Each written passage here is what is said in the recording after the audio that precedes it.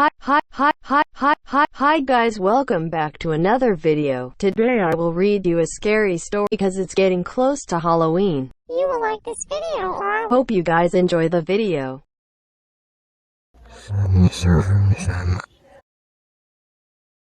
Okay, the story is called The Eyes Are Watching Me. It was written by Rickaludis. I bought an old house in the small town of Winthrop. I don't know how to say that. The house was cheap, but the most important part was that I needed to get away from the city. Ooh, ominous. A few months ago, I had a run-in with a stalker. While I managed to get him arrested, I couldn't shake the feeling of eyes just constantly watching me. I felt like there were eyes everywhere, at home, on the street, so I decided to move out into the country to somewhere with less people.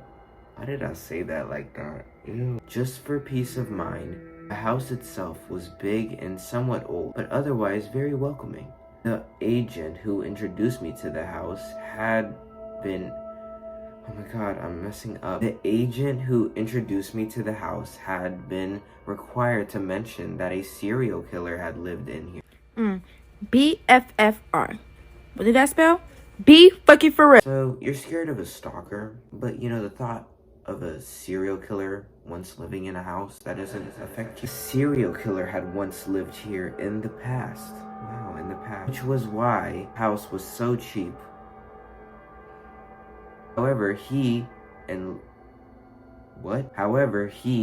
later my next door neighbor Sarah both told me to pay the thought no mind. A murderer once lived in this house. Let's just one ear through the other. 4 other owners had lived here in this house since then, and all of them have been very happy with it. I loved the house. The interior furnishings were beautiful and very comfortable. People of Winthrop were friendly, often bringing over freshly baked pastries or inviting me over for dinner.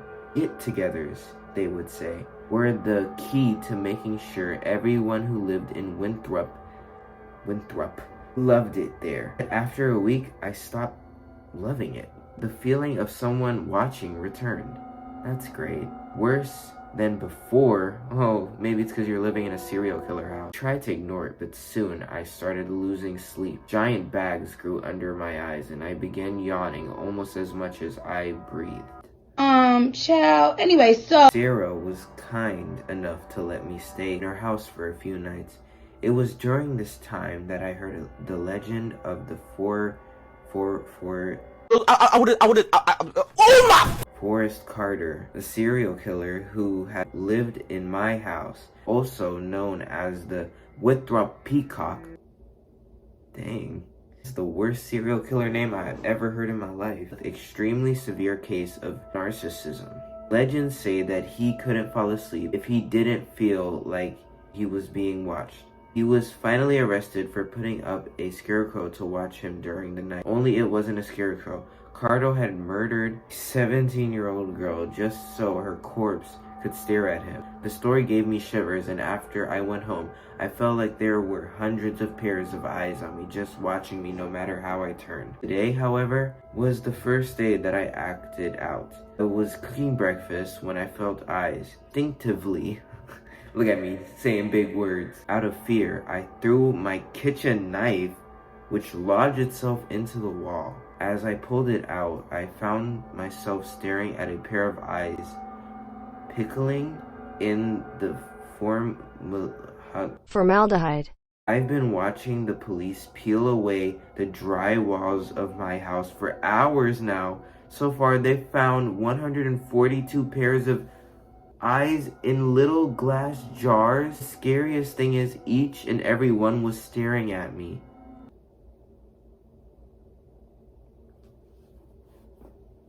That was a twist.